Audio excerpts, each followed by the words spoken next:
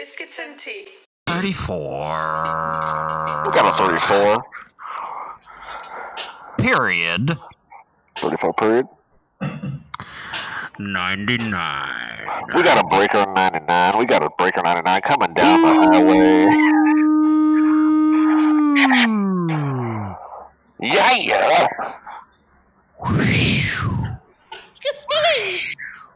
Welcome into Biscuits and Tea. We got a brand new episode coming at you hot, and we're really happy to have you guys on to this ride today. Yeah. Welcome to Biscuits and Tea. what is the deal with pilots and people, talking over intercoms when they go, And welcome on to Southwest Airlines today, and we hope that you guys have a great. what's that? And There's something about the uhs and the that they teach them at pilot school. I actually think that you go through that in your first 3 weeks. Don't say, "Hey, we're going to be landing soon." What's your guess? I would guess you don't want there to be any dead air, so they're not sure if you got cut off or not. Ooh. Oh, you mean speaking in between? Yeah, if you do that kind of sound, Isn't that what? Yeah, over and out. yeah. So then it's gone. But if you pause, if you're saying something and then you're thinking and you think for a couple seconds, they might not know if you're still on or not. yeah, I'm going to go on a limb and say that sounds way too calculated to justify saying and Because dude, how many the airline dudes? He'll literally say, "We got winds coming out of the south, 25 miles an hour. It's a cold day in Detroit, 25 degrees, and that's it. Everything is they'll just drag it out." And the other thing is when you have a woman doing it, Tyler, women don't do that as much.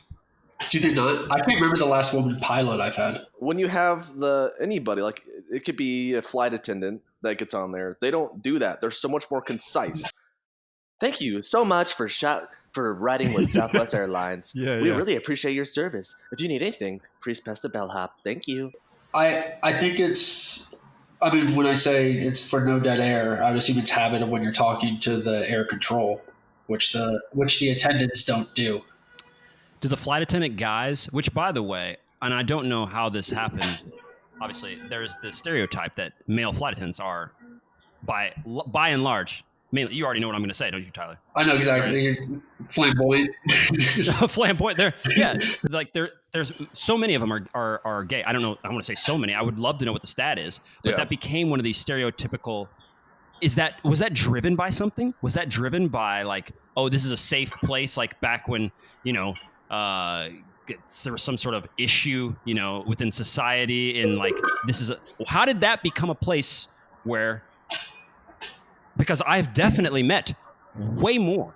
Yeah, do you think it has to just do with these really just stupid gender roles that we have, and women are serve this? They're the server, the people that go and they help and they're kind to you, they're nice to look at, they smell good, and it's that whole just misogynistic outlook on what women's role is, they're in the kitchen, and then obviously homosexuals, they kind of take on some take on that personality of a more feminine personality, so that just kind of is a natural, so they just grab. But okay, then would that be the case then? Because on that theory you would think that there would be a whole lot of gay people within, or gay men, within nursing. Yeah, and they're not, stereotypically, right? It's interesting, but on Grey's Anatomy, one of the nurses that I can think of, he was gay. So that is a stereotype. I'm just saying, if it's done one of the biggest TV series of all time, obviously that is a stereotype that they're trying to portray in their television series. It's 100% one of the most popular. It's the worst show ever. Let me just put that on the record. Grey's Anatomy, you only go to watch that if you want to feel horrible about yourself and those around you and to have anxiety about potentially catching some crazy disease. That's it.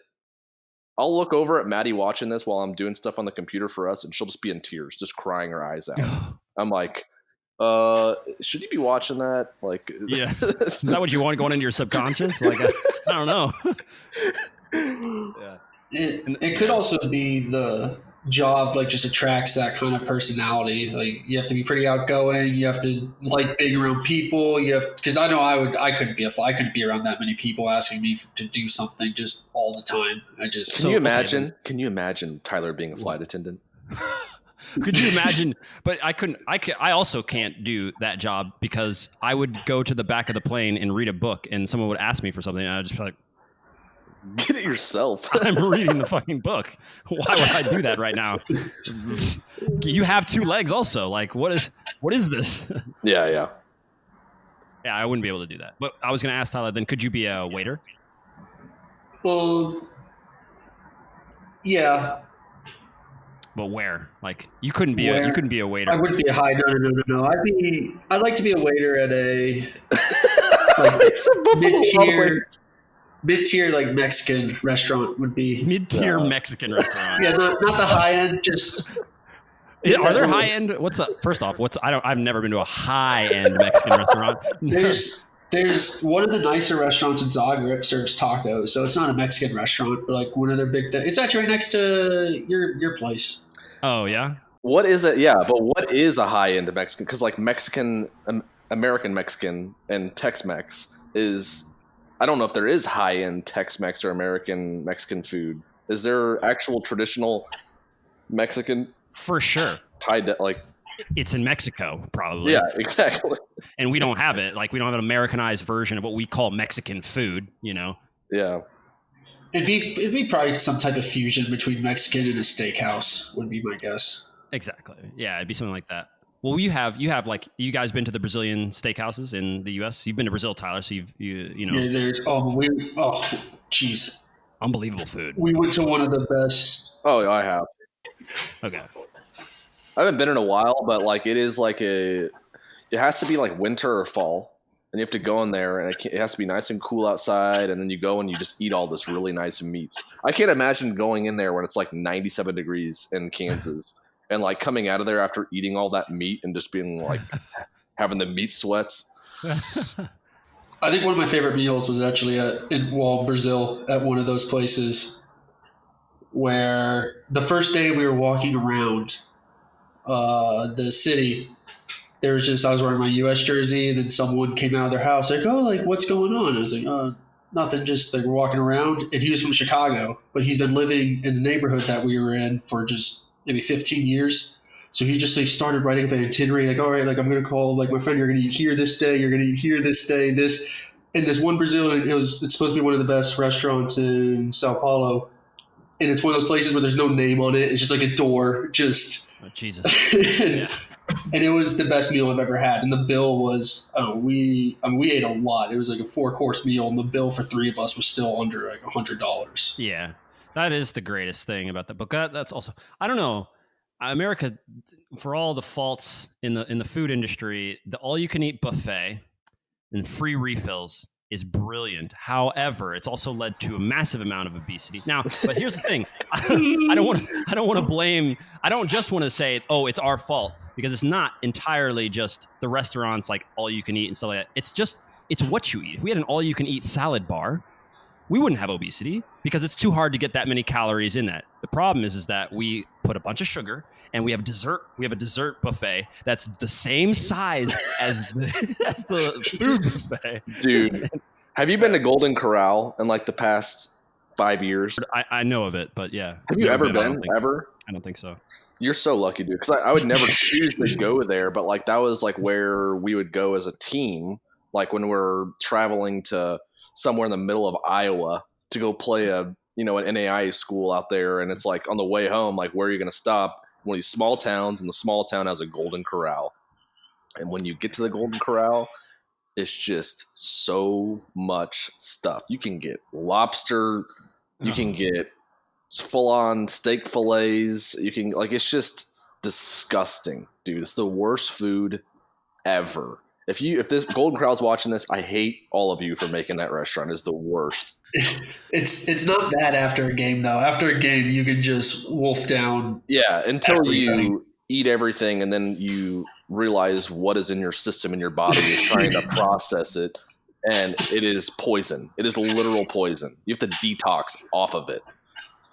Do you think then that we could say we had to like we've all been to England, right? If we had to choose, now they have some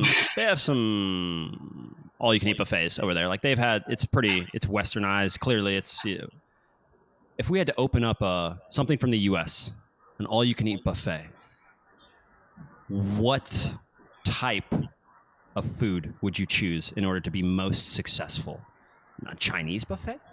Is steakhouse a Brazilian steakhouse? Would we give them American mix? Like, would we make this place where you can get everything, all of our ice cream, all of Chipotle, you get just everything? Like, take a food court and squeeze it into a restaurant, or how? So you're kind of thinking of like a high-end college cafeteria type style?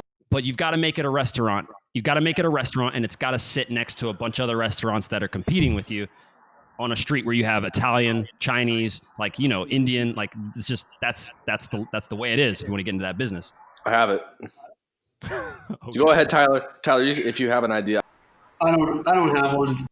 All right, so here it is. We're gonna break it down. We got Americanized. This is something called Americanized, and you go in, and like Will said, you have your ability to do Mexican American, Italian American, basic American, barbecue food. All right, but think about Mongolian barbecue, right? That style where you walk in and all the ingredients are raw. Okay, so we have this kitchen built in the back, and it has like different stations, right? So we have a chef that's doing this, this, and this. And you go to the buffet and you grab the fresh foods, and we can take that, you put it into your bowl, you tell them what you want, like you want tacos, like we could just have like 5 to 10 different main dishes that they can construct and personalize themselves. And they go to the thing, they get all the ingredients, we set that up somehow, they bring it back, and the chef takes that and he whips it together, and it's fresh, gives it, and then it's sent out to the table to them. And you can do that as many times as you want, but then we're not wasting food that isn't taken off the buffet. We're able to, if we have stuff that's left over, we can take that, freeze it, we could put it back in the fridge, bring it out for the next day, because that stuff, it lasts 4 to 5 days. Some days, it's 7 days that you can And keep. there's no limit here on your thing, because that's my only question is here. I No can come in limit. here and make an Indian. You got enough dishes, you got enough ingredients for me to make Indian, for me to make Mexican, for me to make sushi, for me to make anything. So it's literally anything. Yeah, but it's like you're taking it and you're like, I want it to be built like this. So if it was a sushi station we had for that week, you would have all the stuff there, right? And like we could have like a menu that leads someone down like different things they can do, but you could just take it and then you have all the ingredients, you give it to the chef, and then he puts it together right there, and then it's brought out to you. How much would it cost? You could do it. You could do one dish for $11.99 or something like that, or $9.99. And if you wanted to go and do it multiple times, like Mongolian $34.99. $34.99. No, you just make it like $20 if you want to. Like they charge, I think $15.99 if you want to just go through the line as many times as you want. But dude, no one's gonna be able to eat through enough of vegetables and meat, and like No. you'd be all right. Would you have multiple specialized chefs then? You just train. I mean, none of those people are specialized. You just train them. I think that's where we either make these guys, we turn them into specialized. We need some order. Like, okay, good. We've got the food. America, we needed a good backstory. We need to one up them on the thing. So we got, you got an Asian American, an Italian American, a this, a that, or whatever. Some sort of, authentic, blah, blah, blah. What about are we doing anything with the waiters or anything? Is this like a Hooters?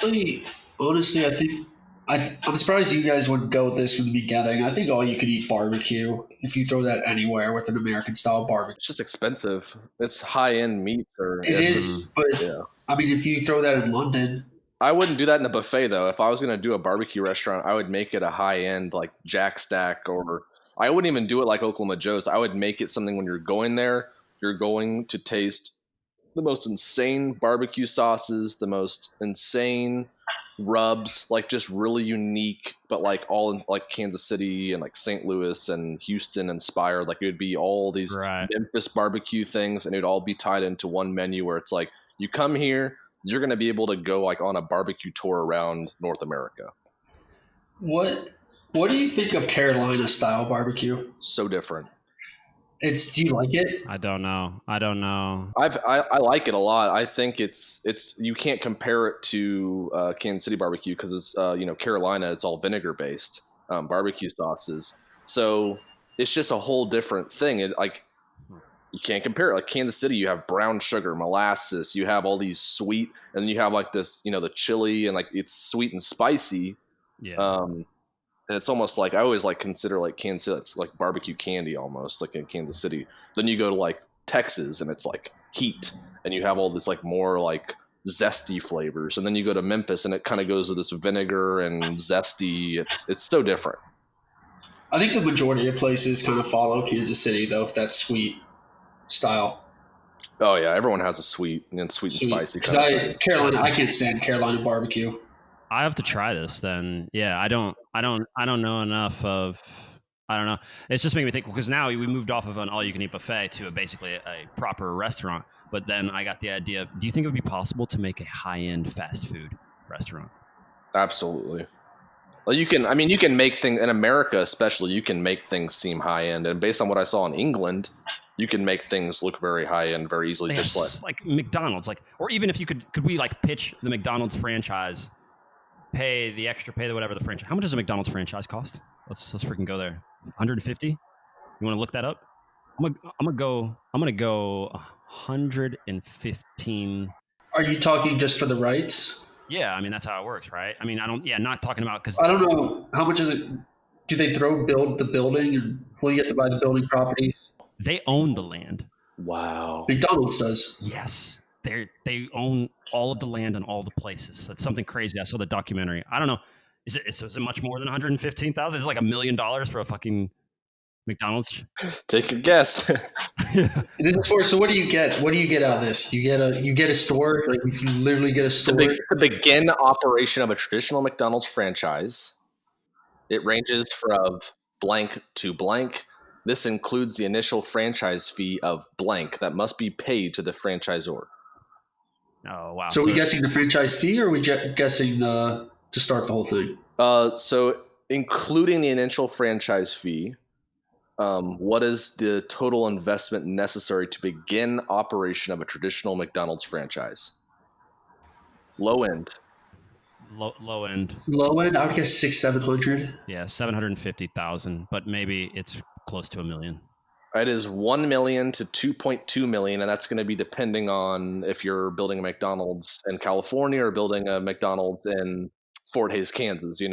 So Yeah. they said a range, and this is from McDonald's.com. So it's 1 million to 2.2 million. Jesus. That's incredible, and that's all real estate. You're paying for real estate there. Yeah. Because McDonald's is genius, because what they did, obviously, is that what they did is they started having success. They're like, okay, well, the money isn't in burgers. The money is in buying literally all of these corner spots in all of these cities that are going to continue to grow in value. Land is always going to continue to grow in value, no matter what. So, geniuses. Now they own all corner spots in every single major city. Yeah, it's insane. All over the world. All over the world. It didn't stop in a little. Do you guys also, by the way, do you know how many places started? Do you know how many fast food places started in Kansas? No, I didn't know. I didn't realize. Yeah. Let me tell you. I can't remember. The guy who started Panda Express graduated from Baker University, where I went. Wow. But he didn't start it there. I don't think so. No. So White Castle started in Wichita. Wow. Really? I always thought White Castle was an East Coast thing. P.F. Chang started in Wichita. P.F. Chang started in Wichita. Pizza Hut started in Wichita. Maybe we should have our headquarters in Wichita. Yeah. I don't understand what happened, how that became the mecca of fast food. Do you think it's because of the money in Boeing? Probably something to do, because that's the funny thing is Wichita has a high end, there's a big disparity within the community of who's the middle class and the upper class, but that upper class is doing quite well, very, very well. And so who knows, maybe that money just got reinvested into the city, and they've just done it like that, and it's just flying under the radar. Really. Yeah, it's pretty amazing. Yeah.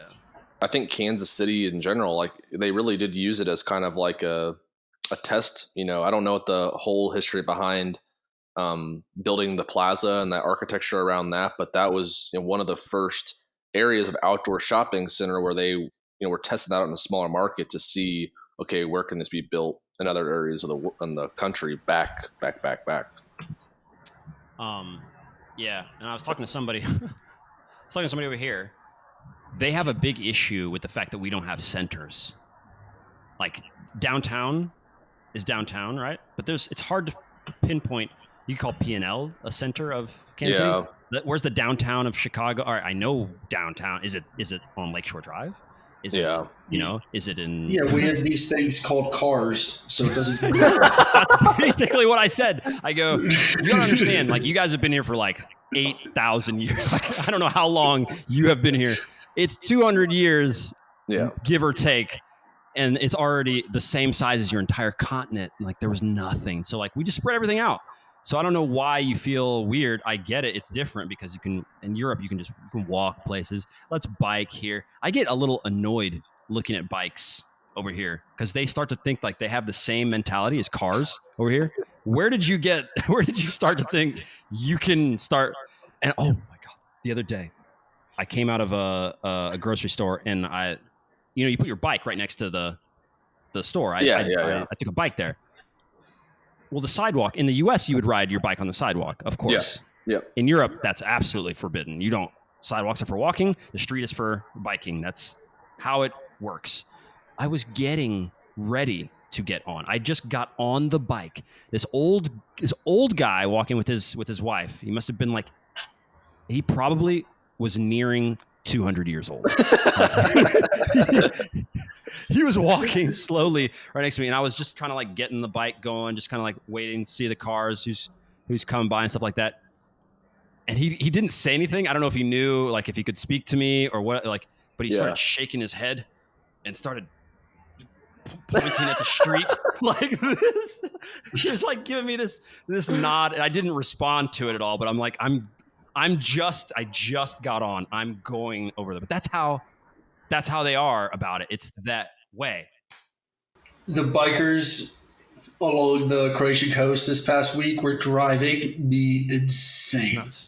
It's like you're driving 60 miles per hour around these windy roads, and then all of a sudden there's this little group of bikers that are going 15, 20 miles per hour, and they just sit there and you can't pass them because it's winding every second. So if you dip in and a car comes on the opposite, so then you're just stuck between a chain of 10 cars behind these stupid bikers with a sidewalk right next to them, but they need to be right in the middle of the road. And how do we solve this? What do we do? What do we do here? How do we? Because this is becoming a problem in the States. It's been like this for over the 10 years or so, where people started watching Tour de France and they go back to their Johnson County homes and they buy these freaking suits and put on their $5,000 helmet with aerodynamic shit, right? And they're just going down a suburb road 60 miles per hour. I'm like, oh my gosh, dude, can't you take that out to a park or somewhere where you're actually supposed to do that? We need to start a campaign. It's just ridiculous. What do we do to get them to not hold do we just need to widen all the roads or what?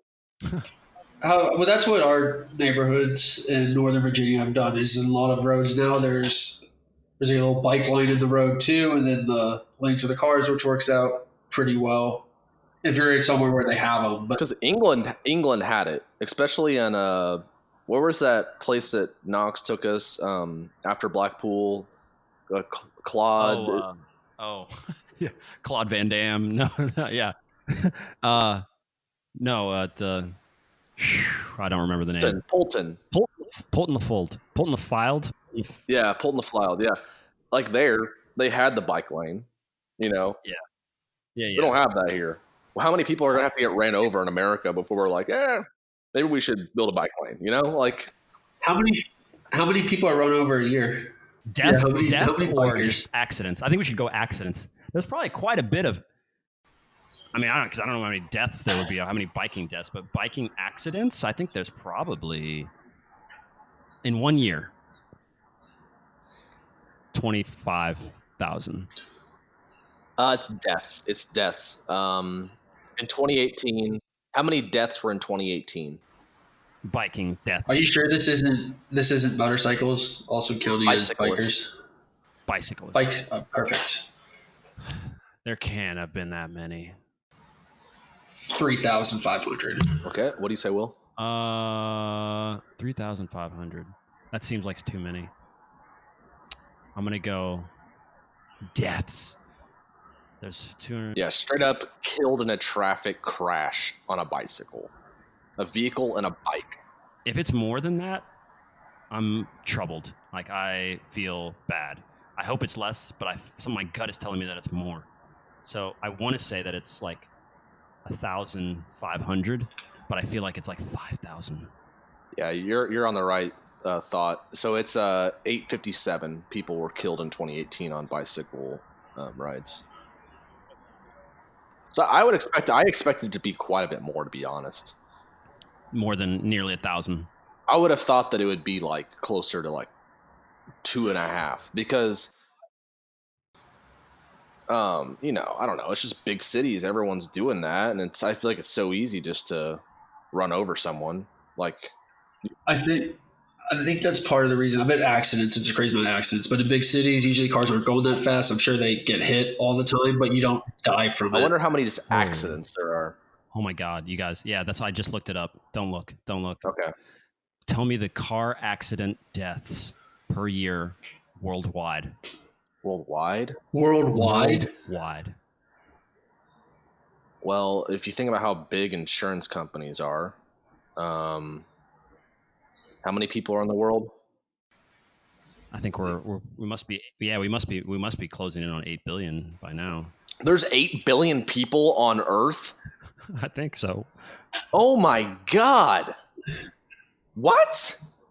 We are 7.8 billion people. No wonder we have so many problems, dude. Anytime you have that many people trying to solve a problem, dude, there's too many cooks in the kitchen. Yeah, 7.8 billion. March This 2020. pandemic, dude, Mother Nature was like, hey, too many people. It didn't get that many. I mean, can you imagine the Black Plague type thing coming through and just like wiping off? I don't know how many people died in that. If you guys if we had to thin the herd to, say, what would you want to put it to, 6 billion? Say you want to get to 6 billion, and you just had to choose a category of people that would just vanish. Okay, you had to choose categories. Yeah, Let's go into that. Whoa. Let's go into that. But first, tell me how many people died per year in the car accidents. And we'll I'll go with like 30 million. 30 million?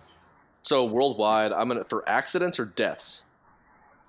It says car accident deaths. Okay. I would say that there was, per year, I would say there's cigarettes kill. I calculate that. Cigarettes kill. Carry this the two. Yeah, carry the If two. you have Heart attacks. minus lung cancer divided by Carrie Will Smith power 2. Okay, I think it's 45 million people died worldwide. 1.35 million. Oh, shit. Yeah, that was a bad guess. Yeah, that's a bad guess. Yeah, because it's hard because with all these numbers, this is like we talked about this in one of the very first podcasts.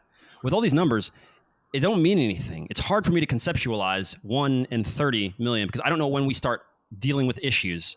You know, when you find out that cigarettes kill this many people and we're okay with it, like we're just okay with that. So we're okay with that number. We're okay. All right. Well, and then this many people died, and then we're not okay with that. It's really weird how we decide what's important and what's not important. Yeah, it just doesn't make any sense that, like, okay, so per year, 480,000 people die in the U.S. alone from cigarette smoking. And then we have worldwide, we have 1 point whatever people dying in car accidents. Which one is more harmful? I mean, it's insane. Yeah. What were you going to say? The cigarettes is definitely. But yeah, I mean, it's going to be weird too, because also we're talking about 1.35 deaths per year.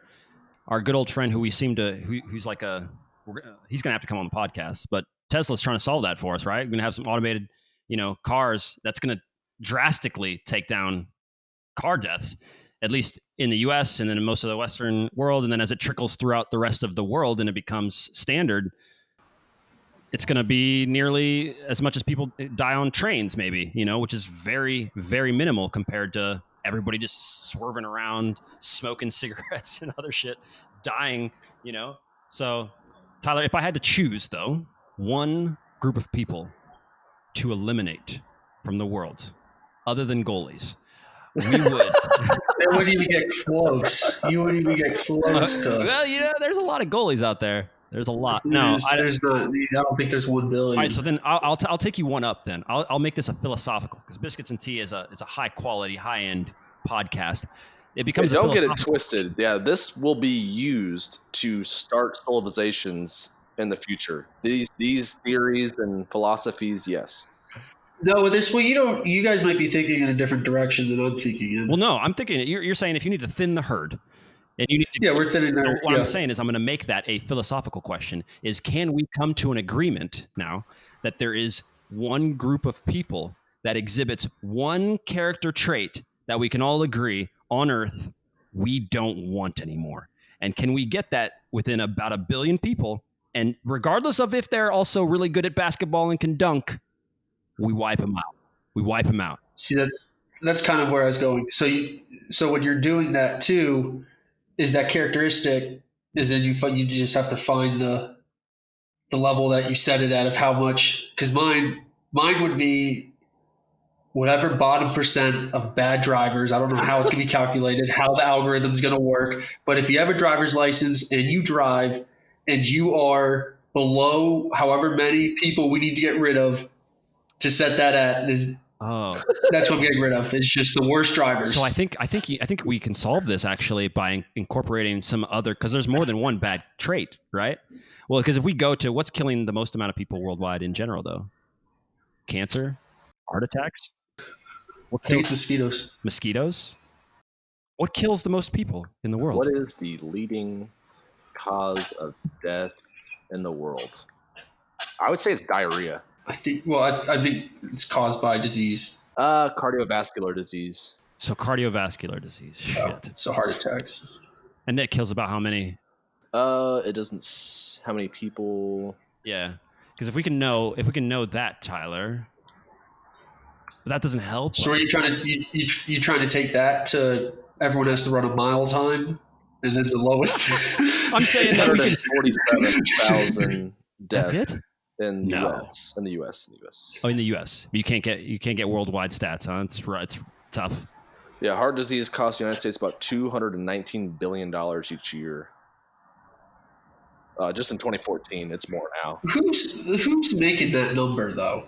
Is that going through health insurance and everything? Like someone's taking so much money off of that 100% number. It's health insurance company. That's why I was saying, car insurance, health insurance, homeowners, and all those insurance companies do. They make so much money. God.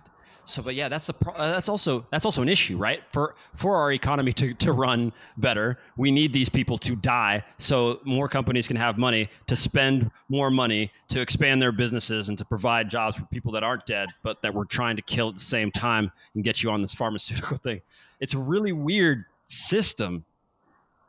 How's that? You make money off deaths. Yeah. Someone has to do it, right? Someone has to be the insurance person to give the money to people who are paying. Someone has to do it, and someone has to own the funeral home. Someone has to own the shovels that dig holes. It's just it's a very bizarre thing. You say someone has to. They're state run. Yeah, exactly. You got communism. You could have social. You could have a state run funeral home where people die and they just hand you a slip paper. You never see the body ever again. Yeah. You never see the person. There's all ways of solving issues. It's just we settle into, Yeah, I think, it should be more. It shouldn't be a capitalistic business model for helping people through their health insurance and figure out how to pay for their cancer treatment. 100% makes no sense. No. Too much conflict of interest there, obviously, and the conflict of interest is death. Yeah. You can't profit and compete in the sector of saving lives. It's bizarre to think about.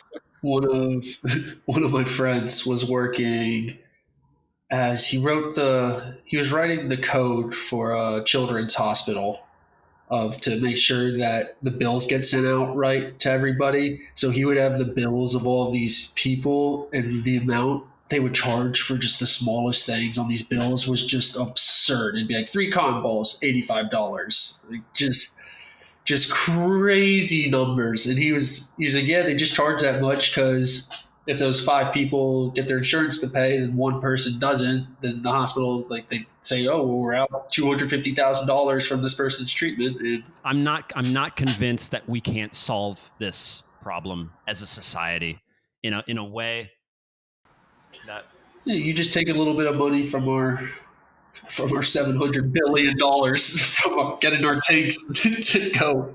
sounds stupid, but we've almost solved every time we talk about this. We solve it by taking a little bit of money from the military, and until someone can prove to me that we don't need that, like you guys spend $1 trillion or whatever it is that you spend, if you can't prove to me that we can't take $1 billion and just devote that towards, let's start with one section. Let's start with the shittiest healthcare system in the U.S., the worst community. I don't know, like somewhere in like Mobile, Alabama. You know, they just got a really bad setup. Let's take a little bit and let's start there, and then just Yeah, because the thing Would you is, just do the healthcare? Or would you throw it into their public schools too? Just throw it into the school system? exactly, Just, Tyler. so It just, leads a perfect point is that you don't need to have $50 billion to invest into a community to then make it work. You can take $1 billion or $10 million, and that can create an economy that is sustainable for years and years to come. Like, it's not about just being able to give the people the fish. Like, you're going to be able to teach them how to catch the fish. So you set up systems, and the money sets up that system. You go in, and then they start producing money, and they have a local economy that's self-sufficient. But they need the investment, just like any business needs the investment, any person needs the investment. Like, the government needs to be able to invest in communities that allow them to be self-sufficient. That's the only way. totally. Well, exactly. And what you just done also is what we talked about the other day, is because nothing in medicine seems to be about a preventative measure. Everything is strap the Band-Aid on after you've got your diabetic, here's some insulin. You're this, great. You got a heart condition, take these pills. You got a headache, take this pill. Do that. It's never, ever. So once again, injecting all those funds into better schooling for those kids, making sure that they don't get shot on the way home and have to deal with other things, cops and this and that, and then making sure the police force is functioning well, all that shit. Then you can have a preventative measure. you could get really crazy and give them some food. Yeah, imagine if everyone had food. Everyone in the U.S. had access to food. And good food. What about good food? Everyone, that's part of our issue. Yeah. Like, how can you not, like, okay, so there's like obviously right now there's a bunch of farmers and people like trying to move out of the cities and invest in starting farms and all these kind of things. It's a very popular trend right now. If you go to Fox News, it's like all they talk about for 3 hours some days is trying to educate people how they can move out and start their own farms, their own businesses, and yada, yada, yada. Like, if we really did like have some sort of national like plan of giving people funds and grants to be able to do something like that in turn allowed people across the country to have access to healthy food, that is once again a sufficient sustainable model that benefits everything. It's a drip feed of positive things. Go ahead. So for that, are you saying, like, yeah, you throw money at the healthcare, you throw money at the school system, then you also put some other money for some huge community farm? Yeah, I mean, you say, hey, Will, if you go out and you start growing soybeans or whatever, which is made for a bunch of different things, one being tofu, which is extremely healthy for people. We start introducing that into these communities that don't have access to healthy food, very low cost, but people need to take that jump to invest in that. And investing in that, we know, will reduce all the billions of dollars that are going to treat cardiovascular disease, because we're not eating red meat that is also hurting our environment, because they create the largest amounts of greenhouse gases there is. It's not healthy, man. Like, think about all the illness and sickness and things we're doing to our world by having these meat factories. Meat isn't bad. It's just Yeah, of course not. Yeah, it needs to be. We've overdone it. That's part of factory farming. That's part of the issue, and that's why you got all these freaking farms with this ridiculous conditions. And then we stopped feeding our animals grass. We stopped feeding them actual food, so we can just eat this thing. I don't know, and then so 'Cause now it's that's cheaper. hurting us. Yeah, because so it's cheaper to go and chemically make whatever. And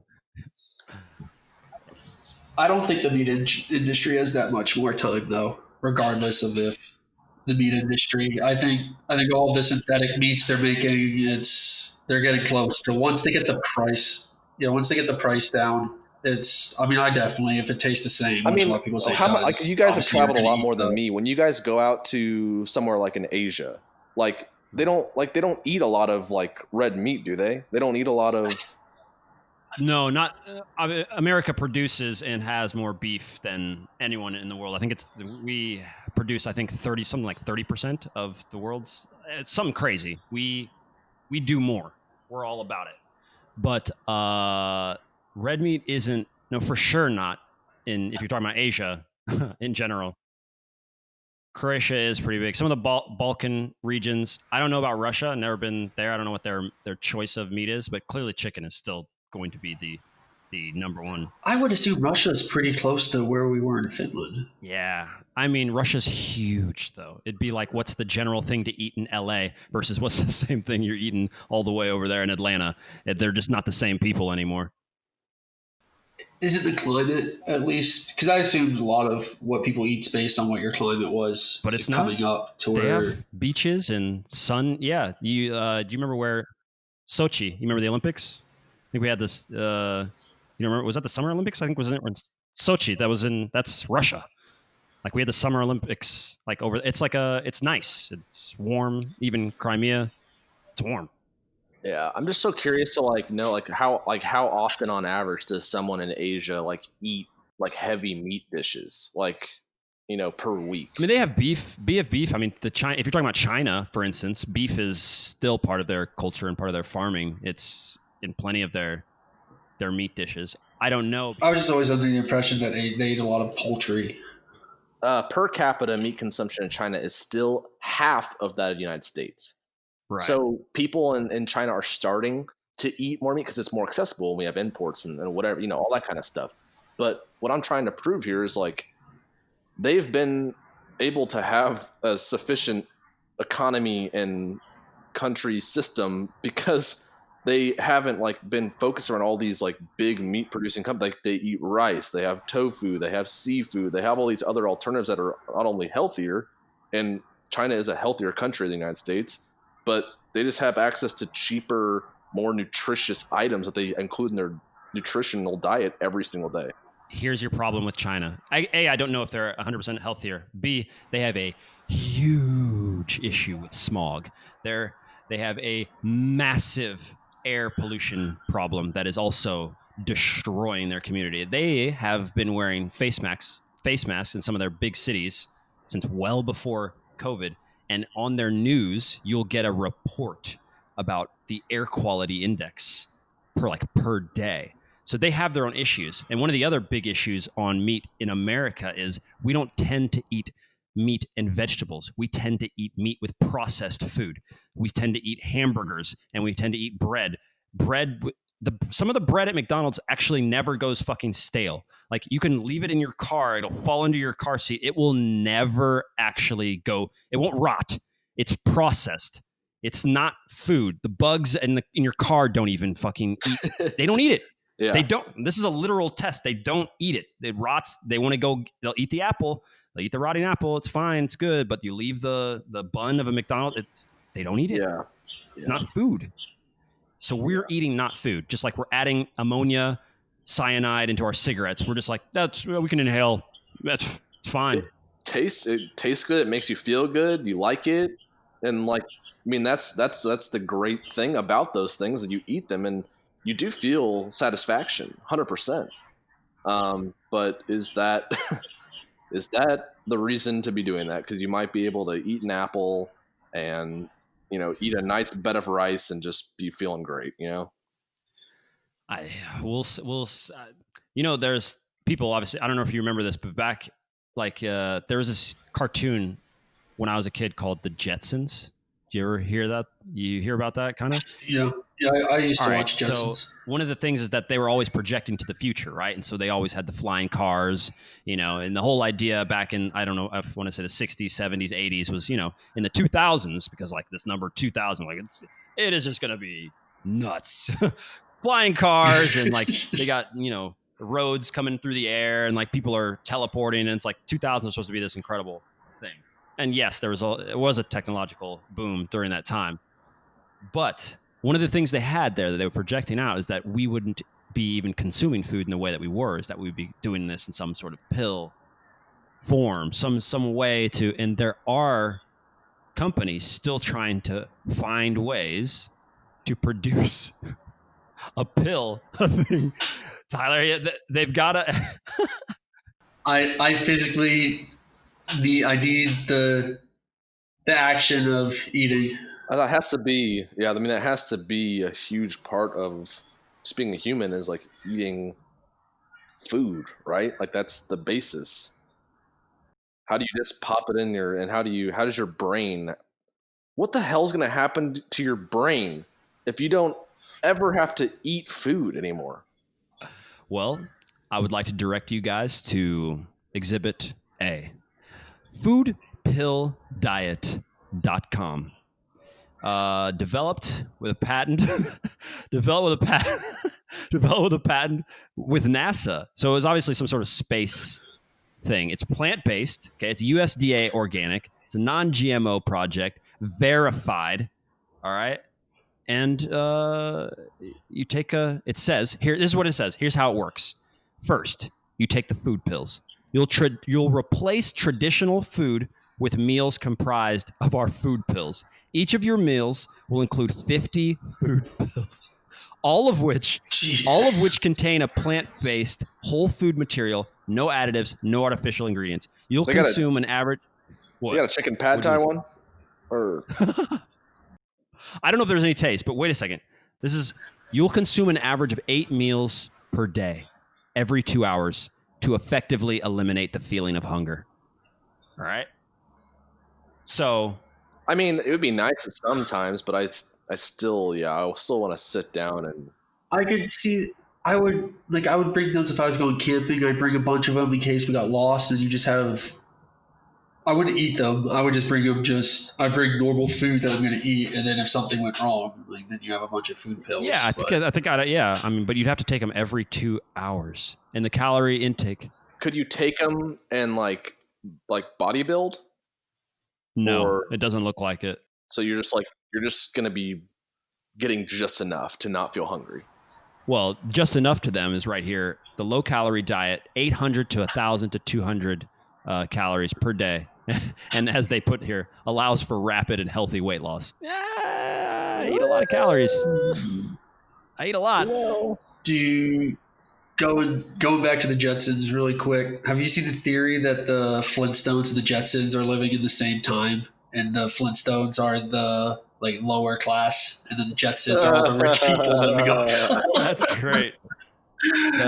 There's some really detailed theories on it. I remember reading about it or looking up about it a long time ago.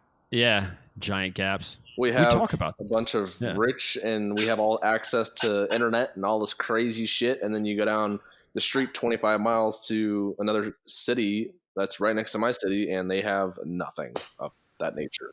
They literally might as well be a step above living in tents. Like it's a disaster. Like how could we have a society that's the best in the world and that be the reality in every state? It is in every state. I mean, yeah, you're talking about Kansas too. The problems that they have in Topeka right now, or that they're trying to deal with, are just so phenomenal. I mean, Tyler, they're offering, it's a capital. I mean, obviously, and that's the case. Many capitals. I mean, it's in Kansas, so I'd assume it had a ton of problems already. So that doesn't even make any sense. Whoa! As we've already established that all your fast food came from Kansas anyway. Hey, I actually don't eat at a single one of those places. We had Five Guys started right up the street from me. That's cute. That one seems fairly recent, though. Yeah, that was probably like early Five mid Guys is '90s. really I would good. I'm guess. not even gonna hate on Five Guys. It is so much better than what's that cute little thing they have in California? In-N-Out burger. In and Oh, Out. In and Out. It blows In The and Out most out of the water. overrated nonsense I've ever. Are you kidding me? I will agree 100%. And me and Tyler never agree on anything. In and Out is 100% overrated. I don't care what you say. Go to Five Guys and set it next to In and Out and tell me why people are traveling to California just to eat In and Out. It's freaking nonsense. Yeah, well, it kind of seems like In-N-Out, maybe they're the ones with the issue as they can't expand. Like, Five Guys all over the place. McDonald's spread their shitty hamburgers all over the place.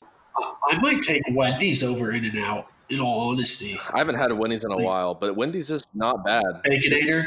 The Baconator is pretty It's good. Like they're obviously it's built to taste good and it's not food. We just discussed that. Like Yeah, that's the problem. Because that's the same problem as cigarettes. It's just not. When did we do that? So like tobacco was fine. People were smoking tobacco for years. I don't know when cigarettes like just came around, but then somebody was just like, "Let me slip a little cyanide in here for you, Bob. Let me just give you a little ammonia. Let me give you a little ammonia kick, and everything is gonna be like." That's what happened. And the same with the food. Like, so we were eating. Someone was like, "If I just pour all of the sugar in here, you think it'll taste good?" And he's like, "I don't know, try it." And then they tried it, and they're like, "Hey, it tastes really good." Oh my god, this shit is fire. So, but like, When did that start? Like in the 50s? I don't know, but we went way off the rails. Like, you know what I think? Like, as a society, and like, it's like when you like go on a bender. Like maybe you want to like go party, and you have a few days where you party, and then you get off the bender. And you're like, what did I just do? Why am I staying up playing video games, or why am I drinking? Whatever your bender is, you wake up. I need to be sober for like 3 weeks right now. Like you come back, and you're just like, I'm never doing whatever I was just doing again. Whatever I was just doing, no matter what it is, you got too wrapped up. Everybody gets wrapped up in something. You're playing chess, you're doing a Rubik's cube, whatever your thing is. you come back and you go, what the fuck? I think that's where we're at as a species right now. I think we're in like a giant. We're on a bender, like which is McDonald's, and We have access to so much, and anyone can get access to whatever, and there's no regulation. It's just rogue. It's like a bunch of kids running the system, and they're like, "Everybody, do whatever you want." Yeah. Because there's like it's not insane. like you have more people than ever like atheists. So they're like, if you take, I honestly think, Will, what do you think? More people than ever are not really religious based. There's not like these top end figures that are just like you follow and this is how you do things and don't abuse things, which I do agree with in like Catholicism and like Christianity and all these other religions that I don't want to speak on other ones that I don't know a lot about, but I grew up with Christianity and it was don't do things in excess, don't go and have sex until you're married, don't do that. Like it makes sense. You don't want people to be not viable citizens because they get addicted to drugs or they get addicted to alcohol or they're having sex every single day nonstop and all they can think about is sex. It kind of makes sense. We don't have that really with atheists. It's called I think it might be called like a globalism point of view. I'm trying to think where the definition is that you live to more or less enjoy yourself. Like you live for your own enjoyment. I don't know if it's global. No, it starts with a G. I'm pretty sure. That's gonna kill me that I don't know this. Oh my god, that's gonna kill me. That's gonna kill me. I don't know. No. Oh my god. Please. This brain fart is brought to you by Snapple. Now all I have stuck in my head is globalism. Now I've got botulism, which is a freaking a disease. Oh my god. Sodom and Gomorrah. What did they call it? Can you tell me? Can you explain what you're trying to search while we think about it, and I can try to search it on the internet? So I can try and tell you. Type in. I was going to say type in Sodom and Gomorrah, what was because that's how you describe the biblical city of Sodom and Gomorrah. They were involved in, oh my God, fuck it. Is that the one that got smited? Yeah, exactly. That's what I'm thinking about. You understand what I'm saying? The one that got smited because they were all involved in. Because they're all just enjoying themselves. It's hedonism. Hedonism. It might be hedonism. Hedonism is no, because there's like a new age. It's not hedonism. Complete hedonistic. It's like I think hedonism. Hedonism, the pursuit of pleasure, sensual self-indulgence. Yeah.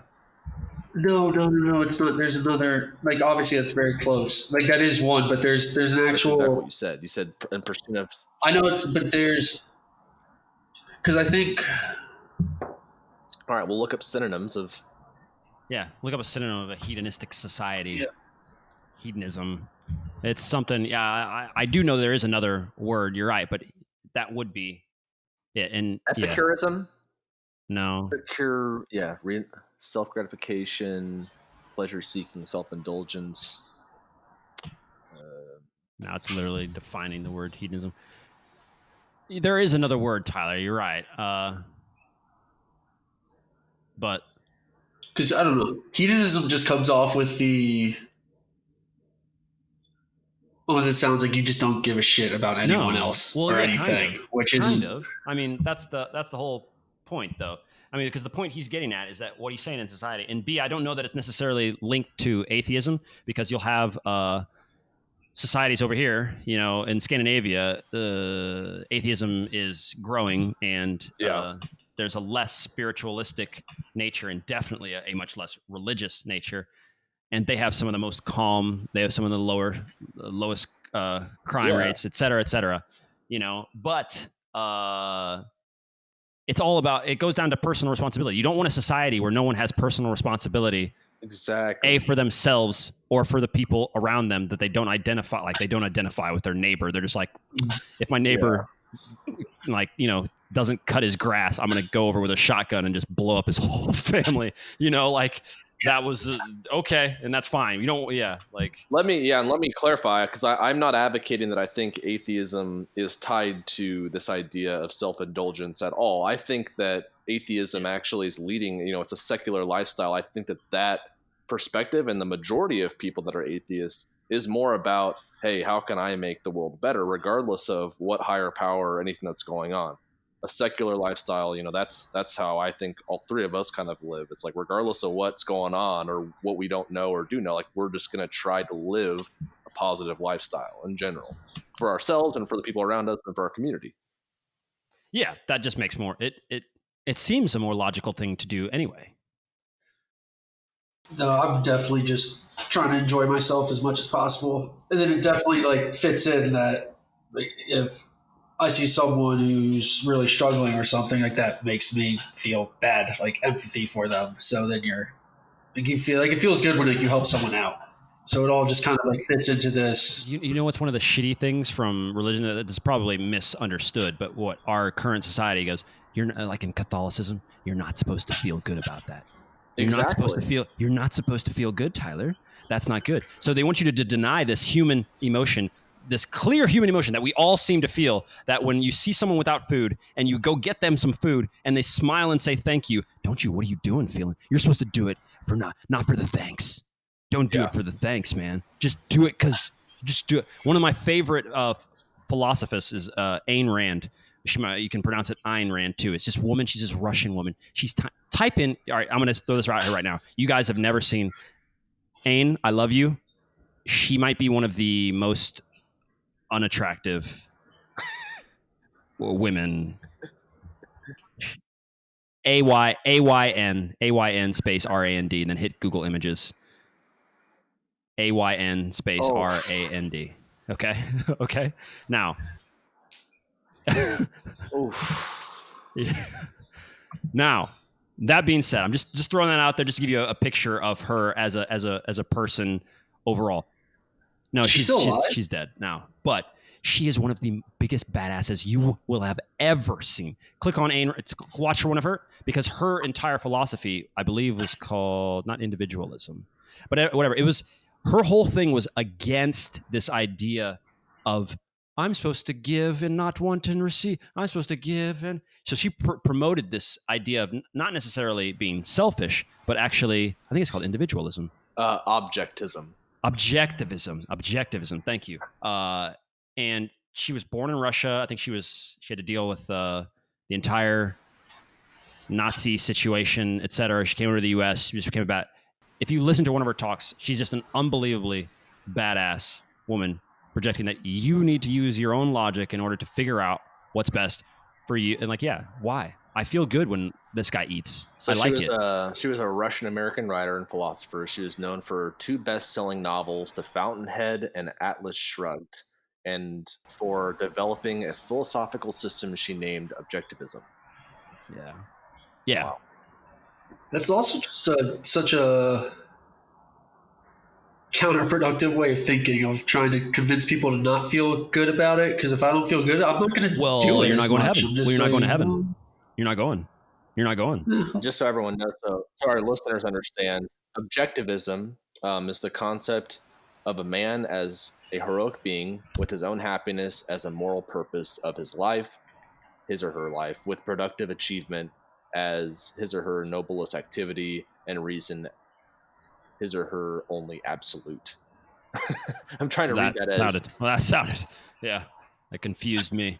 It's written, okay, I'll read it as the way she wrote it. The concept of man as a heroic being with his own happiness as a moral purpose of his life, with productive achievement as his noblest activity, and reason as his only absolute. That is what it says on Wikipedia. What is that? I can just guarantee you, listen to me. I've read The Fountainhead, Atlas Shrugged. I've read giant portions of these books. Are very big, and they just go through her entire thesis over and over again, which is essentially to think for yourself, and that your logic and your brain is the thing that is going to help carry you out of any issue. And she hates, which I don't agree with, but she just was so adamant against nothing from the spiritual world or anything like that has any use. She would call them savages. Shamans are fucking worthless. But she's just such a just watch one of her YouTube clips, watch her interviews, watch her not take shit from these guys in the 60s and 70s, these announcers who would talk down to women on the things. She would just be like, all right, bitch, shut the fuck up. This is, no, I don't. No. She's just a badass. Those are the people we don't know about because our history has been controlled, and what we see in school, who we learn from, why would I ever know who she is growing up in the American school system? She is everything that the church and the state do not want us to see. No. They would not. They don't want that. They wouldn't. Most people end up discovering her around your guys, around your age, because people go to college. Some people discover her in college. They could take a philosophy course. They get mentioned and they get deep into it. But you're not taught about that rational, logical thinking when you're a kid, which, by the way, would be necessary, huh? Maybe I could use that on if I want to spend the rest of my life in debt going to college. Maybe I could use some rational thinking before I decide I want to pay $40,000 every year to go to college. Nope. Go do what your parents did. Or maybe you'd be able to actually figure out a more constructive way of dealing with feeling like you're being persecuted against and just destroying a bunch of shit. Yeah, exactly. You'd have a way of articulating that. It's the way to live. If you don't live this way, we're gonna get you. Yeah. We're. How are we gonna solve this? We have to open up this Golarami School of Education. I think that's just gonna be the way of. I think we've online and digital learning and being able to have this conversation is exactly where the world's going. And I think when people listen to this is our way of getting that kind of information out there to the masses. And I think it's just going to be very simple. It's always going to be part of what we do, that we're going to tie in funny and goofy stuff and talk about soccer and sports, but also all right, these are the people that we have listened to and read about and we credit as people that help develop who we are today. So it's we just have to continue to pass on that information to people that aren't going to get access to it otherwise. Yeah. I think a slow bubble effect. It's just going to continue to boom. And that's what the internet is. It started to slowly, this idea that people need to have these long form conversations. We couldn't do this, obviously, before. No one knew that there was a need for this too, that people would sit there and listen to someone, talk for an hour about a whole bunch of subjects, and then you can leave that hour going, okay, I have a different understanding of the world it's a now. talking point. That how often are you in a conversation with a group of people and they go, oh, and I was listening to this podcast and they stated this really awesome fact or this project or study that's going on, and that enhances everyone's conversation, including our conversations, right? That was not something that was normal for my dad's generation. What was my dad and his friends talking about at a bar compared to what I am talking to you about the age of 25 on this right here? If we, I'm not saying my dad's stupid, but Right. he doesn't know about any of this stuff. He's never met or hung out with people that know this information or anything like that. That's also why I get so distracted just going on these deep YouTube binges, and you just find the most random things about I was just watching some 20-minute video on Blackbeard. Oh, the pirate? Like yesterday. Ooh. Yeah, the pirate. So he was actually super educated. He had a whole library in his boat going across, and one of his biggest ways that he would attract pirates to come work for him is he hired one of the best chefs in the world, so they had the best food on their boat, and that was a huge selling point for everybody. Just really, he was crazy. He was out of his mind, but he was also really intellectual and just kind of knew how to get everyone to. Yeah, no, definitely. Right, because as a pirate, for us, it's Johnny Depp running through. He's like dancing on top of a boat. He's drunk. Okay, how great. Do you guys remember the first time you watched the first Pirates of the Caribbean? I Who's know that actress? Oh, who's that actress in that Keira movie? Knightley, right? Yeah, the chick from Pirates. She was my childhood. I think that's when I became a sexual being. Of age. Yeah, Is it not Keira Knightley? It sounds right. Mila Kunis got me. Yeah, dude, Keira Knightley. Yeah. Pirates of the Caribbean, 2003. Yeah. Babe.com. I haven't seen her in a while. No, I haven't seen her in a while, but when she came out on those, I was like, yep, I like women a lot. I understand. I understand this here. I understand now why we need to have this here. I get it. Yeah. When did you guys have that switch where you guys were like, oh, sex? You maybe didn't realize that it was you didn't know what the sexual act was, but you were like, okay, I want to be with women. You think you had yours pretty late? I think I was aware. I can actually remember in first grade thinking, I like this girl. I like her. I don't have any understanding of what that means. I don't know what that means. But you do something to me. But I don't think there was a point. Yeah. Which is a really, we could totally get into a whole freaking. That's a bizarre thing. I remember literally being in first, second, third grade and just being crazy about girls. Just wanting to hang around them, talk to them, wanting to hang out after school. I just always liked girls. It's just bizarre. I hated girls all the way up through middle school. It makes a lot of sense when you say that. I mean, that just goes completely against I think you would hate everybody, all people. You became a goalkeeper. You stand by yourself. No, I liked anyone who was down. No, because I was playing a bunch of other sports then. Anyone who was down to go throw a ball, play some type of just any sport involved with a ball, or just go wander in the woods is all I was interested in doing. So can you throw a football? No, but we could hang out and I could kiss your cheek. We could do that. He's like, no, it's don't care. I just want to exactly. I just want to say this too. I just did an interview the other day, and he asked, what about soccer? How long has it been in your life, and what was that like growing up in the U.S.? This British guy asking, and I'm just like, well, you got to understand, because they do the obvious thing that they always do, so soccer is not very popular where you're from, right? It's not very many people play soccer. Yes, you're right. I guess even though we have the most registered players in the fucking world and youth. No, you know so many more people that played soccer than football. Exactly. So It's crazy. You just let that go because the rest of the world all still thinks this. They all think this. They think that is the thing. But I'm just like, I threw in there. That's kind of why we can use our hands. So I was like, because I grew up, I didn't play on any baseball teams, but I played baseball every day, like at recess. I played football every recess, and I actually played basketball up until the point that I was 14. So like my hand coordination is better. I didn't go into talking about how every team I've ever played on, that everybody's hands, every soccer team I've played on, everybody's hand, it's like, I don't even know how you eat. Like, if I gave you some scissors, I'd be afraid for the rest of the city. Like, you guys cannot use your hands. Like, Tyler, tell me if I'm not wrong. Like, most of them cannot use their hands very well at all. I will say Croatia, they're actually pretty good. They're good at basketball, handball. They have a couple of sports that they're.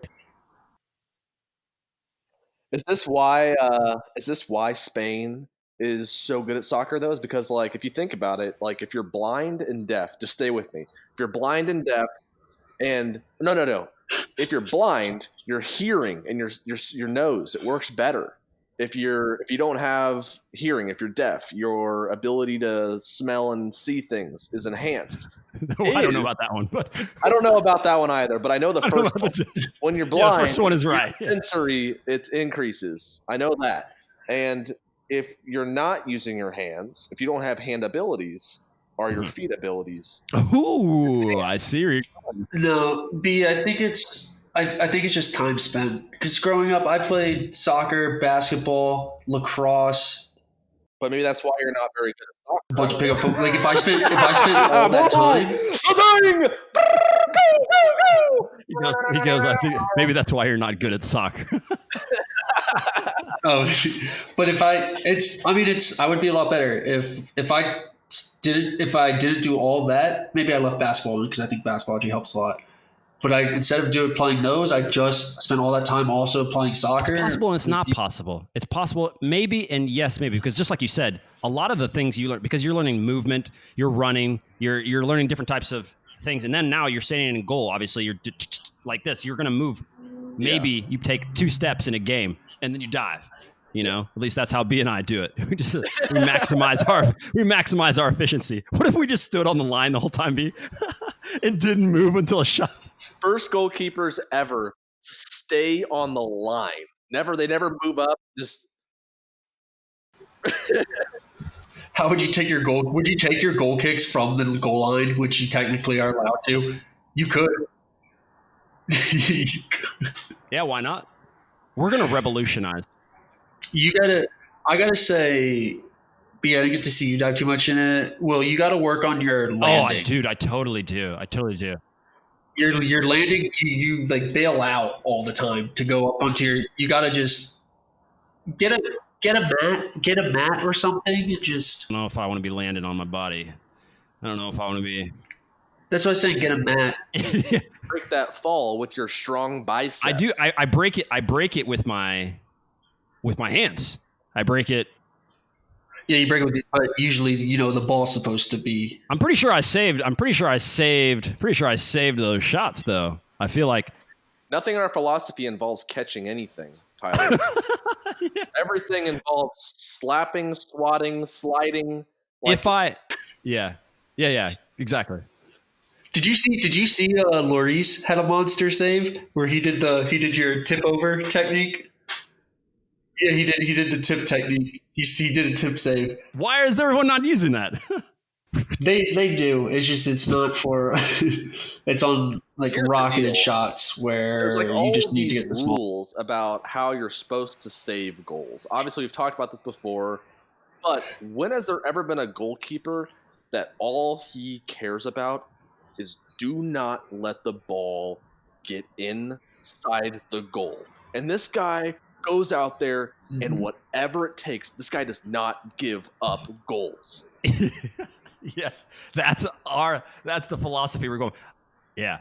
So with that though, usually the best, definitely the mentality, improvise, have your own style, but the best way to do that is with the actual like proper technique. Like that's if you just went out there, if you just threw, I don't know who, throw in some NBA, throw out some Shaq. Get shacked. You freaking get your five. You play 5 back, and you have the 2 guys in the middle, right? You got your center backs in the middle. They hold home, but you have those defensive midfielders and the outside backs just pressuring hard, just nonstop, just going after it. And the goalkeeper is just everywhere, man. Like if the ball gets played over the top, he is sprinting to that ball and kicking it out every time. Like I've seen this in the women's game, and it works so well, guys. My sister, national tournament, she was playing against a team, and the goalkeeper came out 30 yards, and her team, one of the best teams in the nation, Central Missouri State, they literally, after she left, they had season where they go undefeated. But this goalkeeper, 35 yards out, 40 yards out, every time a ball came over, she was there and just kicked it out. It broke the game. That's kind of my style. I come really fucking far off my line. I mean, when we were playing DC and when we were playing their first team, I got a ball at the circle at one point because it was just a total break in Goalkeepers don't defense. do that a lot, but if you did that, and if you did it times 10, like you do it like when it's just, when it's safe. If you had the green light to just go, like me and we were like Tyler. No, I mean that's how I got I get my red cards is on the ones where you don't I'll type give you that 10 right. red cards in a season if you don't give up goals, because that's what's going to get your contract paid. No, that's the style. I love that style. People love that style. I mean, that's what in Finland. That's what they wanted us to. Tony didn't play it as much, but when me and Ricky were there, Just come out and clean up. Just come out and clean up, because that was also the style of the team too, which is very aggressive and very hard to play against. No one wants to play against you guys because you just press the whole time. And obviously, we ran into problems when you finally meet a team that you're supposed to not press against, and that's how you lose in the Europa League. It's hot. It's hot outside, Coach. I don't know if we can press. Coach, we're down 10 men. Coach, we're 35 minutes in. It's 5 minutes in. Did we come up with another game plan, Coach? I don't. Coach, our goalkeeper already saved 2 PKs. I think we should try to take our loss and take this to a shootout. Okay, whatever. Yeah, no, yeah, yeah. All my diving. Yeah, I will do. We should do one where we catch. Like, I'll tape the ball to my gloves and just leap with this. Do you think you could get even? You don't have to tape them. You could probably do it once if you take duct tape and you make it like a circle. Sure. You know how you ever do that to like tape paper to a wall or something? But if you did that and put it on your gloves, The duct tape around the gloves. The duct tape would. Yeah, no, not around. So it would be like a. Yeah, around. Are you talking? But loop around my hands, though. Are you talking about both hands? No, I was saying it'd be like a loop inside the palm. And I thought we were talking about the slip saves that we were talking about the other day. You know, apparently Vaseline. I keep seeing stuff where Vaseline will make your gloves really sticky. I don't understand the. It's kind of like, it's not like I don't like putting the stuff on my chest. You know, whenever you get a cold, like people who are boomers are like, get some Vicks and rub it on your chest. that's the thing, yeah. I'm good. I'm just gonna go to bed. Okay, I don't want to smell that. You know, I get it. Like it does work, but it's like it is kind of sticky, and it get your shirt sticks, and you're like, ugh. Yeah, I think the way to do that Vicks thing, because I definitely got that, you know, when I was a kid too. It's like, yeah, all right, boom, like you like this in your house as you get, and then your mom's just like, like Vicks is on you. It's like on your shirt. She doesn't even wait. Just wham! You're not getting sick because I'm not dealing with that shit. I got stuff to do. You're not getting sick. But I think the way to do it now that we're older, I think you just bury your entire body in Vicks. I think you just lather like you would do lotion. You put lotion on your body. I think you just Vicks your legs. Dude, that's got to seep into your skin. That's going to cause some serious. No, like you're going to overdose on Vicks. Running Max, by the way, golaremy.com. The reason that got invented, the guy who made that, he worked for Icy Hot. And Icy Hot, by the way, people would do that, Tyler. They would get pain after a game, and they would rub their entire bodies full of Icy Hot and shit, so they wouldn't, they'd feel sore or the day after when they would do that. And the chemicals, you can't do that. You cannot do this over a large period of time because it's seeping into your skin. Did I tell you about my Icy Hot experience against Maximir in the Croatian Cup? I've had that too many times. Yeah. Okay. Yeah. Oh. it was at halftime, and like I tweaked, like my groin was like tweaked it, and like right before we were going out, I was just going as quickly as possible, and I was over on the side, and I was just trying to get. I didn't have water over there, and I was just the whole like half just trying to get a teammate to get me water and trying to like spray it off the whole. It doesn't do anything. The water only gives you momentary relief. I happened to me too. I did the same thing, and it was actually in Finland. I don't know who we were playing, but I was going. It was a corner kick for us, like in our attacking half, and I had to ask the goalie if I could use his water, and I'm just spraying it down my pants just for like a moment's second of relief. I still think it might be better as a field player. I was just standing there just thinking the whole time, like, oh, I have nothing to distract me. I'm just sitting just... Tiger Balm, which is another ice. I would rub Tiger Balm on my balls before games because it got me to run. It got me synced up. Like you're not going to be able to not be on it. No lethargic if you got Tiger Balm on your balls. So it really just brought out the best of me. You say that, but before indoor games, do you know what one of the most common things to do is besides eat? I've seen some of the. I mean, and I go ahead. Do you know what it is? I would say contemplate your life decisions and what led you to be playing indoor soccer. That's a smart start, is what it should be. But I've seen, and having played only I think I've total like 10, 15, maybe 16 games, however many I've played, something like this. I've seen some of the craziest pregame rituals ever, like guys passing around jelly beans going, hey, I need some sugar. And they'll pass it by. Like they'll take handfuls of jelly. That's just one thing. Another is right when you're on your way out, the trainers, you know what? If someone passes out, you use smelling salts. I don't know if you guys have you actually ever smelled? Never tried it. No, want to. I've never done it. So it just goes. I mean, it wakes you up. You have this automatic response. Actually, I've done it once. It was a long time ago though. So yeah, just by pressing it there, just like you just get this rush in your brain and your body. Like it's just a massive rush. Guys do that too. It's just like this weird thing where you see guys walking up to the trainer before, like, all right, when you're walking out on the field, it's like, let's go, boom. And like everybody's just doing that before they go out. That's how you do it. It's definitely an American thing to get really hyped up before games, because something in Europe I've noticed is the music they play before, it's like going to put you to sleep half of the time. I don't know what is going on. It's like the super mellow and just like, what are you guys doing? Like, let's go, put your money on the table and let it go. How many black people are on your European team? In Finland we had a lot, but they were African, so it definitely is also a bit different. And you also took it over. We took it over. I don't.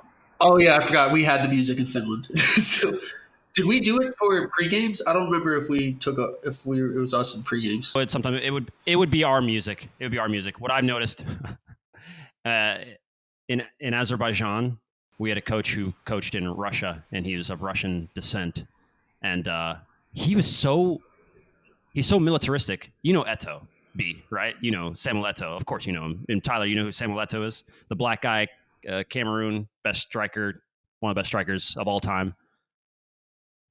He did play in Italy, but he played at Barcelona. I think he finally just retired, but he might be 41, something like this. But anyway, he played at this club called Anji Machkala. Anji Machkala was this Russian club that out of nowhere, some Russian billionaire decided, yeah, I want to do soccer now. Like he woke up in the morning, he was like, I want to do soccer now. And he bought Roberto Carlos, he bought Eto'o, he bought Alex from Fenerbahce. Like he just spent a bunch of money and just I want to have a club. Woke up in the morning, I think I want a club. And he did it, right? And he took a club from nothing, to something. And the coach that I had was an assistant coach at that club. And Roberto Carlos and the Brazilian guys, they would walk in with Brazilian music. You know Brazilians. They want to have a good time, but the game is fun. Well, the game isn't fun in Russia. It's serious. This is football. It's like American football. It's fucking football. Fucking smile off his face. Yeah. They don't understand how you can have fun and win at the same time. That's not part of the thing. So he would tell stories of how he would call Roberto Carlos a clown. Like how he is a joke because he was joking before Roberto Carlos. There's no debate who understands how to play better. There's no debate. If this guy has his process of how he's getting, I'm pretty sure he's good at it. The best free kick possibly of all time ever. So, How you compare that to anything else? That's not even his best goal, I have though. another free kick that I love. I mean, you talking about the one on the sideline, Tyler, that he bent in?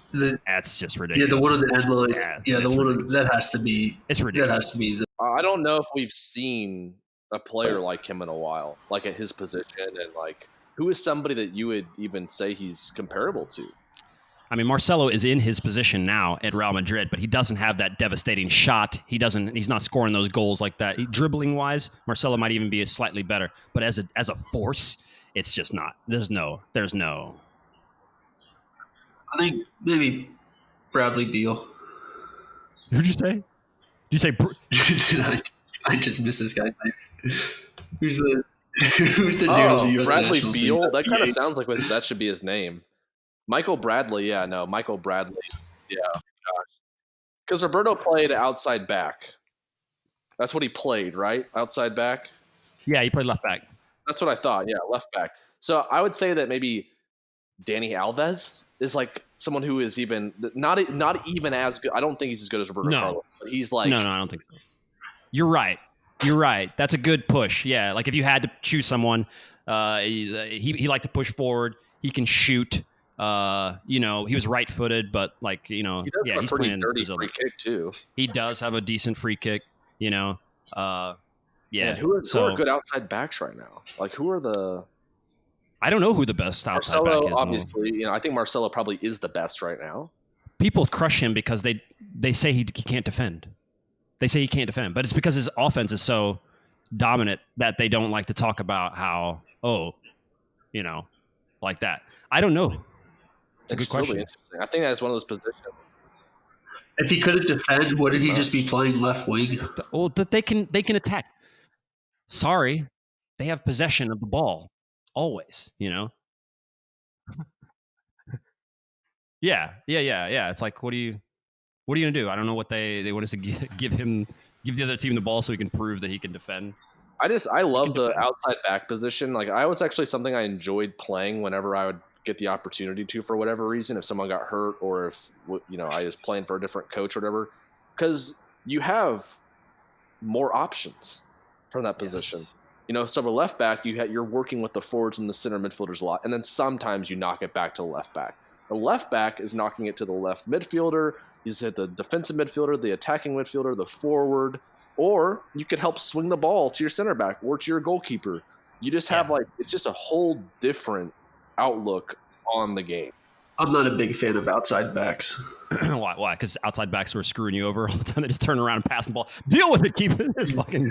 They just always want to push forward all the time, no matter what's good. They love pushing. You guys stay home. And you know what I say to you? I would say, hey, Tyler, fuck yourself. You're a goalkeeper. I'm not going to listen to anything you're saying. And they're gone. Yeah. And then I tell the coach, get this guy off the field, and then why you can enjoy left back, because everybody can't enjoy it the same. Some people are going to panic. You can enjoy it because you're naturally a midfielder, so you have technique. You're generally dealing with a high level of decisions to make. There's people around you. When you get out of that and they put you at left back, you're like, so there's a line here, and then my teammates behind me. It's like, this is so easy. I don't have to think. Like, the defender, he can only come from one angle. So it's a very easy position for you. So all you're thinking about is like, I'm just ready to go forward. Like, this is not challenging. If I stood here the whole game, it's simple, You're also getting, as a left back, sorry, Tyler, as a left back, you're getting guarded by an offensive player as well. They're not a defender. So every single time you get the ball, rather than going at their best defenders as an attacking player, you're an attacking player playing defender going against an attacking player, and none of those guys can play defense. Yeah, and don't want to. Including myself. I'm not a good defender, but when I play left back and I'm one-dimensional on defense, all I have to do is stop this idiot on the outside from getting the ball and doing something. It's very easy than trying to figure out, okay, how do I cut off the angle to get to the center midfielder, cut off this angle, press him, and make sure he can't get it to the guy down the line. There's just more defensively for an attacking player in that position to be thinking about. Whereas you're say left back though or outside backs, you get put out on an island all the time to defend. Where you like, yeah, you have the sideline, but a lot of times you're right back or you're defending because your other back pushed up the field, and now you have 3 defenders in the back, which opens up everything. And you got someone coming at you with pace, and if they get by you, it's you gonna. should not be isolated. That's bad defensive work. It's bad formation. No, it's not. No, because the way you have to be isolated because when another team's going to be countering. So if you're getting countered on, you just need to start dropping You back. just solved it then. You just contain. You solve it until well, hopefully you solve it unless the guy's coming at you with pace and your team isn't recovering in time. Playing left back in a team that is not having good possession of the ball and also has bad defensive shape. Because if they switch the ball to Willian or Neymar and you're alone, there isn't anything. There's no Virgil van Dijk. You cannot stop one-on-one. It doesn't matter if you have if they can go left and right and they have space and speed. There's nothing you can do. There's nothing. There's no defensive type of shape. 1 out of 10 times you're going to win that, if that. If that, he can always back up. He can always stop, and you can. With nothing but time and space, there's no reason why you should take the ball from me unless I mess up. I can pass. I can stop. Mm-hmm. It doesn't matter if I run into trouble. Yeah, I mean, it's more just hoping that they take a shot, like you try to like hold up and get them to shoot from 25 out or something, and hope they just don't hit some banger in your keepers. Press unless you have someone behind you to cover you. You should never be pressing on someone like that and trying to win the ball unless you know there's someone who's backing you up or someone's recovering.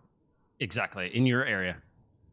Which that's definitely one of the tactics that I don't understand how it isn't extremely common knowledge, even at like the youth. Like I still see it seems like such a simple thing, or just wait. But people, or also it's discipline. It's also the ones where center backs will push up to if there's a ball coming in and someone shows right around midfield, and they're not going to win the ball. And they step up to just put pressure on the guy's back, and then it's like someone makes a run in behind, and they get 1 shoot around in a second. Like, just don't go. I don't care if he turns and faces goal from 60 yards out. I don't. If we afford the back and I'm up off my line, they're not going to just wait. And I think that the youth game, it's really interesting because if you don't have technical ability and skill like what we're talking about, when Neymar and Willian have the ball on the outside wing or anyone who's skillful. Even at the youth level, you're not going to win the ball from them in a one-on-one situation or even defensively. So most people aren't that skillful, especially in the U.S. So you say, okay, well, if we press, then they're going to make mistakes.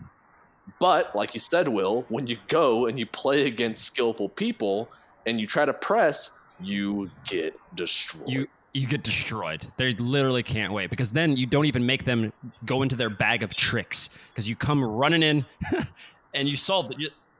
Okay, I'll just go to the left. 1, 2. You sprinting out. I love it. Like, please sprint as fast as you can. Please do it because when I do that, I'm just going to knock it 2 yards this way and I'm going to run that way while you're running your full speed this way, and you're gone. You're gone.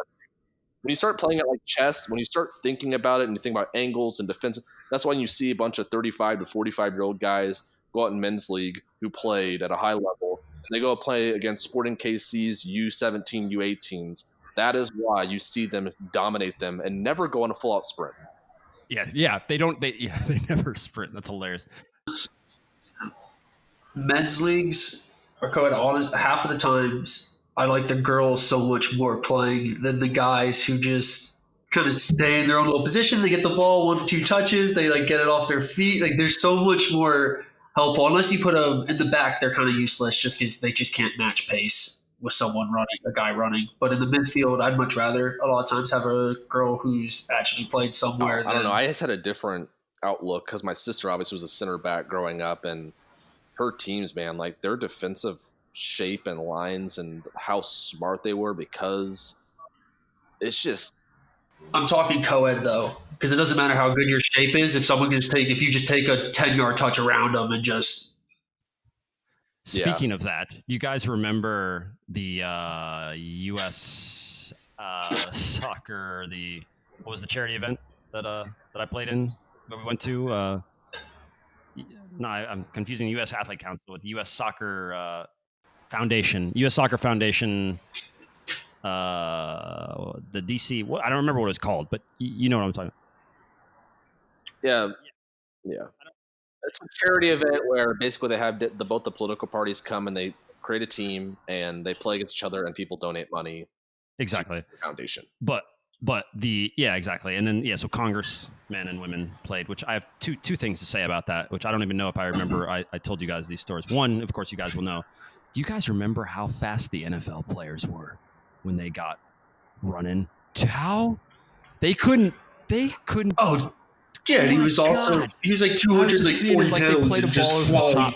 To somebody, to Charlie Davies, who's already fast. Like he's already fast, and like the NFL guy, I forget their names, but he's He wasn't even a skill position though. I have no idea. It's another level of speed that we're not used to in the sport. Like there are fast guys in the sport for sure, but overall, like if all these guys are this fast, as fast as him in the NFL, it just means, You're talking about like these dudes, man. They go to the combine, they're 300 plus pounds, and they are literally running faster than 70% of my soccer teammates. Like in college, dude, they're freaking incredible athletes. I mean, I would say the NFL. I think that's the best athletes in the world, the skill positions. If you're just going straight, I think NFL. I think NFL's more. I think there's just more. They are what make or break a lot of football teams, and that's the truth. And like these guys are huge and have the best lateral movement. Like it's just nuts, dude. Like you see like Ndamukong Suh, someone who grew up literally talking about cross sports and how it benefits you. Well, he played soccer until I think he was 10. So he's this giant 6'6" whatever guy, 300 pounds, playing defensive tackle, but can literally juggle a soccer ball and move left and right and sprint so fast. Let's see. What do you think Sue's 40 time is?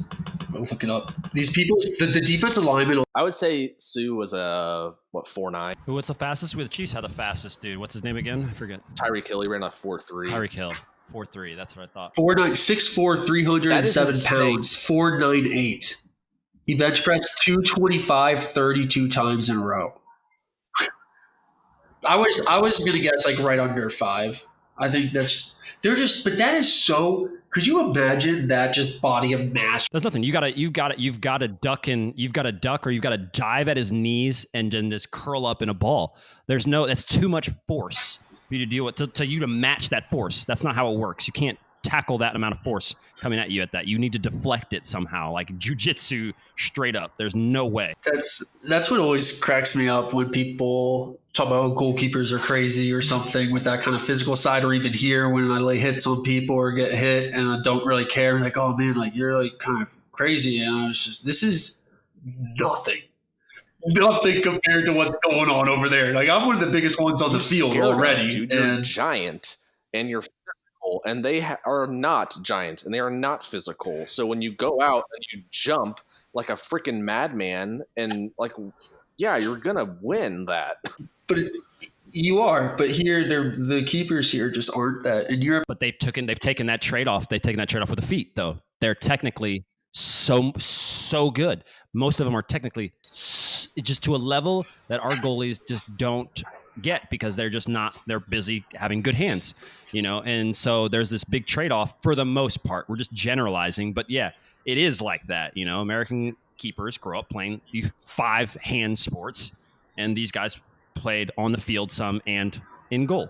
So they're very technical, But the one thing I was going to say about that event, you guys don't know, when we were lining up, you guys were obviously down there in the locker room in the beginning, but when we came up to the field part, when you guys went to the stadium, more or less out into the seats, I was standing next to one of the women congresswoman from Florida. I forget what district. I don't remember any of this. She was, and she comes to shake my hand. She goes, "Hey, how's it going? Like, nice day for this event." Just small talk nonsense. I said, "Yeah, it's nice." I said, "How's it going? Like, what's it like being a congresswoman?" She said, "It's like the hardest job ever. You know, like I really enjoy it. She just got elected, right? Mm-hmm.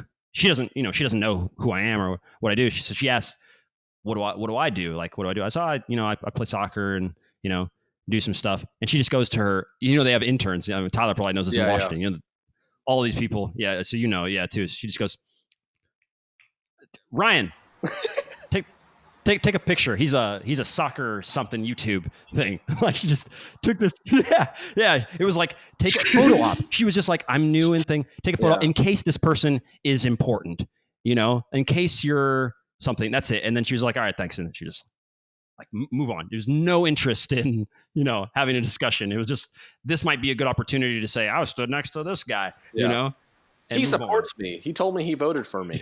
Yeah, so I'm gonna end up on the website like supporting. Black male supports me. Well, this has been a long podcast, guys. I got to go to the bathroom. Yeah. When we get our place, when we do this in studio, you'll just go to the bathroom. And you'll just come back and we'll just keep it running. We'll have T-Toss. Yeah, we're like at a point where I was like, okay, well, this is probably gonna be ending soon, so I just hold it. I'll just hold it, and now it's starting to get 30 trouble. Minutes. Yeah, I mean, you could have. Yeah, we'll get to the point where we're having a good 3-hour podcast. I want to have the first podcast where the person has to go to the bathroom. They just walk up and go to the bathroom, but still stay on the podcast while they're going to the bathroom. Oh yeah. Well, we need to. We'll set up. Well, you can just have it playing. You just have it playing in the bathroom. You don't have wireless headphones on right now. Oh no, I'm talking about. Well, I'm saying if it was in a physical place, you just have through the speakers in the bathroom. You just have the podcast playing, and you could just hop back in. So you don't miss anything. That's a good idea. That's kind of like when you go to a Chiefs game. Like you go and you're watching the game. You go to take a piss. Yeah, and then you can hear the radio. Yeah, it's dope. The radio. Yeah, exactly. All right, guys. Good luck with this, Paulus editing. We wish you all the best. Shout out to Paulus. Shout out to T-Toss, whoever's going to dig into this tonight. Yeah, follow at Ancient Goalkeeper. New person on the market. Really, really good stuff. He's going to be coming out with all kinds of great stuff over the next coming weeks. So be sure to Ancient Goalkeeper. Follow Ancient Goalkeeper. You want to go with contemporary goalkeeper? There's a lot of things with Ancient Aliens that me and Will have been talking a lot about. And how that's true. We do need to spread the word.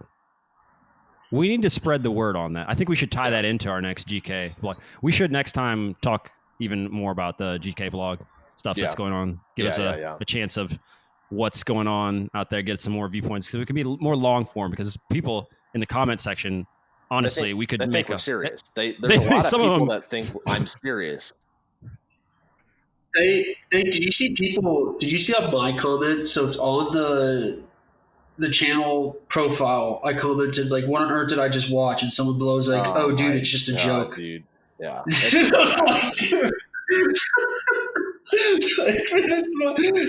is the channel profile. Like you don't think they know what's going on. It's such a joke that I could never imagine how someone could take it seriously. But then you start to like, okay, well, that's how Trump is able to take over our elections. I guess.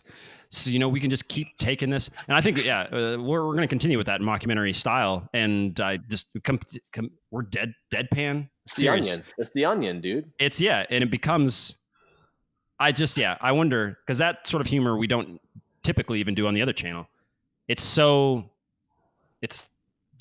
humor. A joke. It's such a sarcastic take on everything that it's just, you can't take it seriously. I'm standing in 6-foot grass saying that goalkeeper training is better to do in tall grass than sand because of the resistance of the grass. And people are taking it serious. Did you see that? There was one comment. The black one. I got it. I was gonna save it. I was gonna save it for BNOS to actually do. He's like, I did believe in Black Lives Matter, but after watching you, like, I'm not sure or something. Oh no, he said for you. For me specifically, I got it because we were gonna. I was gonna have us read comments and like react to them, but seriously, in our characters, he says, "I have never seen such an arrogant goalkeeper in my life. I hope this guy." Wait. I hope this guy never becomes a successful pro goalkeeper because this guy thinks he's better than Gianluigi Buffon. Such arrogance. And the advice the guy is giving is so bad. I think that even a 7-year-old is better than him. They say Black Lives Matter, but that term for this guy is wrong.